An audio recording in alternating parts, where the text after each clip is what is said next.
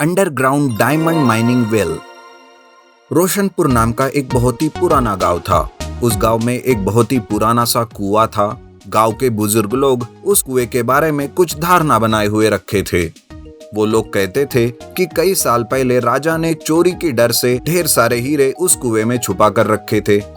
गांव के कई लोग कई बार उन हीरो को ढूंढने उस कुएं में जाते थे, पर वो कभी वापस उस कुएं से बाहर ही नहीं आते थे। उसी गांव में केदार नाम का एक लड़का रहता था। जब उसे ये बात पता चलती है तब वो सोचता है, अरे ये गांव वाले हीरो को ढूंढने कुएं के अंदर तो जाते हैं पर कभी बाहर नहीं निकलते। आखिर क्या बात है इसके पीछे? कुछ तो राज है, मुझे पता करना ही होगा। इस तरह सोचकर केदार हीरो की तलाश में अपने कुछ दोस्तों के साथ उस कुएं में उतर जाता है। वो कुएं को सारी जगह से ढूंढने पर भी उन्हें कहीं पर कुछ नहीं मिलता। फिर वो सारे के सारे वापस बाहर निकल आते हैं और आते ही केदार से कहते हैं, अरे केदार, ये कुआं तो खाली है। बेवजह हमें झूठी बात बताकर हमारा समय खराब कर दिया। इस कुएं में हीरे वीरे कुछ नहीं है। चलो रे सब यहाँ से। इसकी फालतू की बातों में आकर वक्त खराब हो गया हमारा। इस तरह से कहकर केदार के सारे दोस्त वहां से चले जाते हैं। लेकिन केदार सोचता है, नहीं नहीं, ऐसा तो नहीं हो सकता। जब गांव वाले कह रहे हैं कि राजा ने हीरो को इसी कुएं में छुपा कर रखा, तो फिर जरूर रखा होगा। लेकिन आखिर हीरे गए कहाँ? किसी को तो पता होगा इसके बारे में। मुझे और सोचना पड़ेगा। हाँ, राजा कोई भी काम अपने सैनिकों से करते थे, खुद कभी नहीं करते थे। इसका मतलब हीरो का राज सैनिकों को पता होगा। बस मुझे राजा के जमाने का कोई एक सैनिक मिल जाए तो मेरा काम आसान हो गया, समझो। केदार ऐसा सोचकर गांव में बूढ़े लोगों से बात करके राजा के सैनिकों का पता निकालने लगता है। काफी सारे सैनिक तो तब तक मर चुके थे, लेकिन एक आदमी के बारे में पता चलता है जो सैनिकों के खानदान से था। वो आदमी सैनिक का ही एक पोता था। वो आदमी भी काफी बूढ़ा हो चुका था। उसके पास कोई भी नहीं था। 2 वक्त का खाना भी उसे बड़ी मुश्किल से मिलता था। केदार उस बूढ़े आदमी के पास जाता है और कहता है, बाबा, मैंने सुना है कि आप हमारे गांव के राजा के एक सैनिक के पोते हो, लेकिन आपकी जो हालत हुई है मुझसे अब देखी नहीं जा रही है। मुझे आपको देखकर आप पर बहुत ही दया आ रही है। अरे बेटा, साफ साफ कहो, तुम किस काम के लिए मेरे पास आए हो? देखिए बाबा, आप मुझे गलत मत समझिए। सच में मुझे आपकी ये हालत देखी भी नहीं जा रही है। वैसे मैंने सुना है कि गांव के कुएं में राजा ने हीरे रखे थे। लोग हीरो की तलाश में तो जा रहे हैं, लेकिन वापस नहीं आ रहे हैं। मैं इस बात का राज पता करना चाहता हूँ ताकि लोगों की जान ना जाए।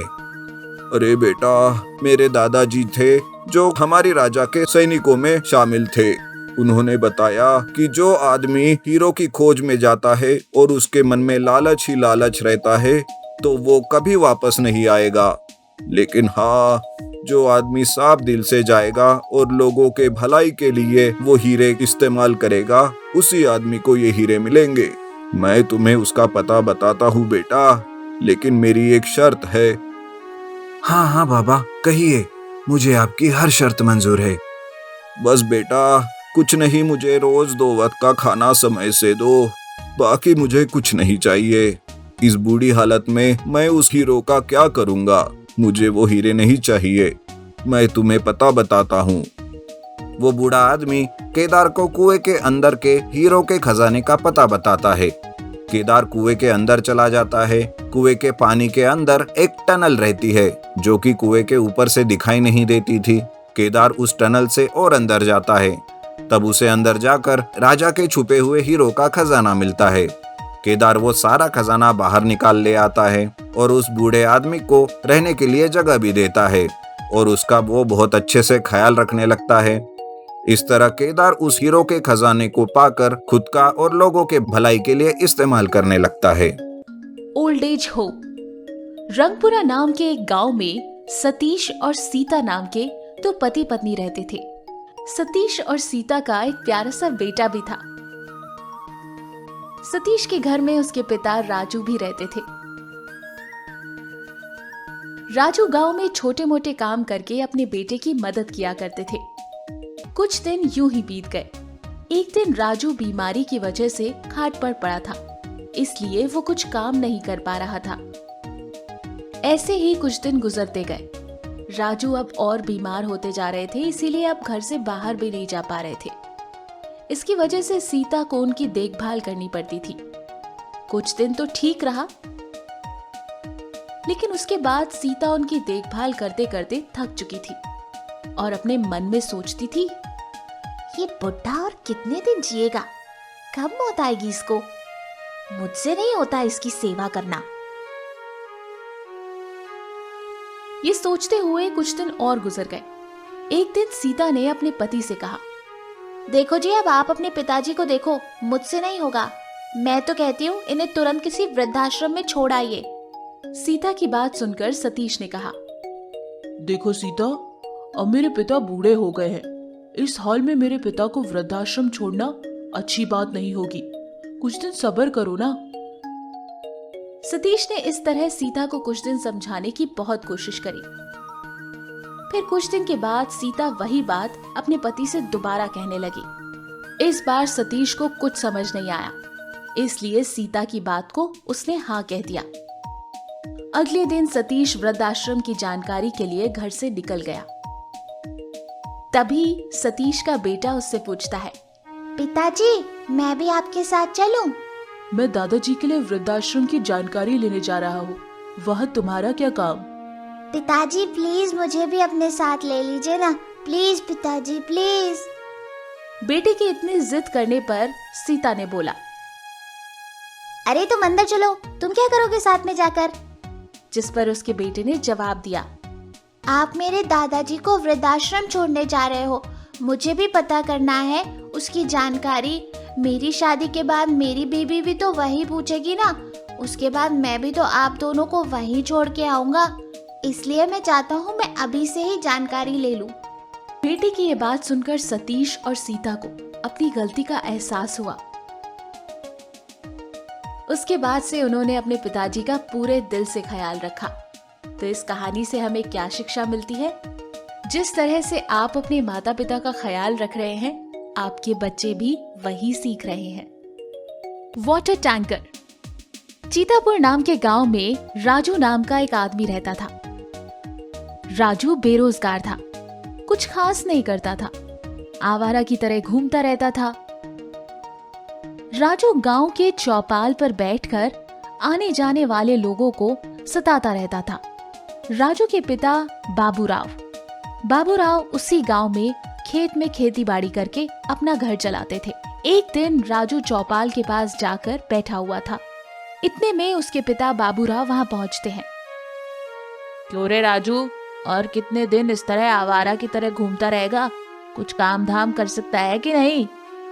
क्या पिताजी, मुझे काम करना पसंद नहीं है। अब मैं जो काम करना चाहता हूँ वो मुझे मिल ही नहीं रहा है, तो आप ही बताइए कि मैं क्या करूँ। इस तरह पिताजी से कहता हुआ राजू वहां से चला गया। कुछ दिन के बाद बाबूराव बूढ़ा हो गया, खेती बाड़ी नहीं कर पा रहा था। बाबू राजू से कहता है, राजू बेटा, कोई काम देख लो, अब मेरे से कोई काम हो नहीं पा रहा है। घर की सारी जिम्मेदारी आज से तुम्हें ही संभालनी है। अगले दिन राजू एक पर्ची देखता है। उस पर्ची में लिखा था, urgently wanted water tanker driver, salary 20,000, contact.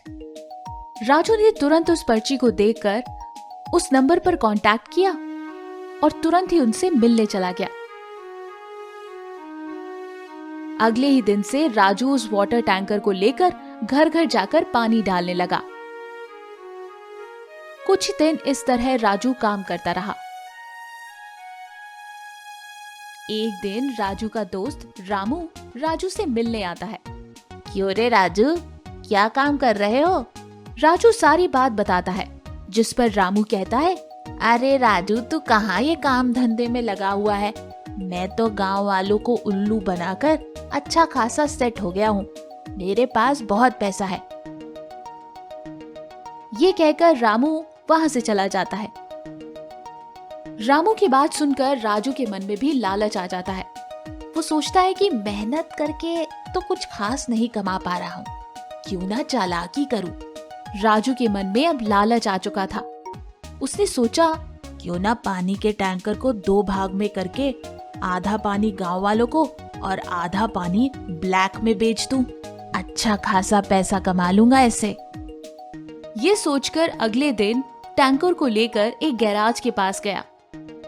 बाद में उस टैंकर के पानी को गांव में डाल के बचा हुआ पानी ब्लैक में होटल में बेचता है। इस तरह से राजू कुछ दिन बहुत अच्छे से पैसे कमाता है, लेकिन कुछ दिन बाद गांव वालों को पानी कम पड़ने लगता है। इस वजह से सारे लोग वाटर डिपार्टमेंट में शिकायत कर देते हैं। तुरंत जल निगम वालों को वाटर टैंकर वाले के इस चालाकी के बारे में पता चल जाता है और वो राजू को तुरंत नौकरी से निकालकर जेल में डाल देते हैं। तो इस कहानी से हमें क्या सीख मिलती है? दूसरों की बातें सुनने पर अपना घाटा होता है।